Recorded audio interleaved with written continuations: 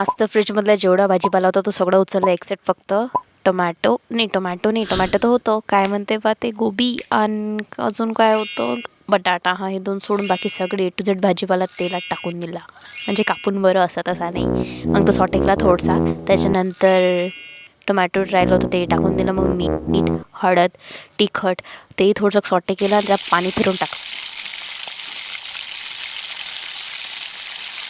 पाणी फिरून झाल्यावर मॅगीचं पॅकेट आणले बा 1 2 3 आणि ते तिन्ही मग काढून टाकले फडाफड आणि त्याच्यात मसाल्याचे पुड्या काढून टाकल्या. मग मसाले टाकून दिला.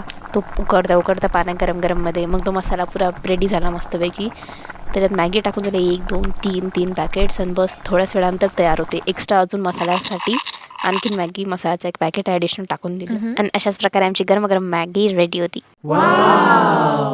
मग काय राहिलेलं काम सर्व केलं, नव्याला दिलं. वीरनं तर वीरचं वेगळं बनवायला चालू केलं आणि बस आता मी खातो. बाय.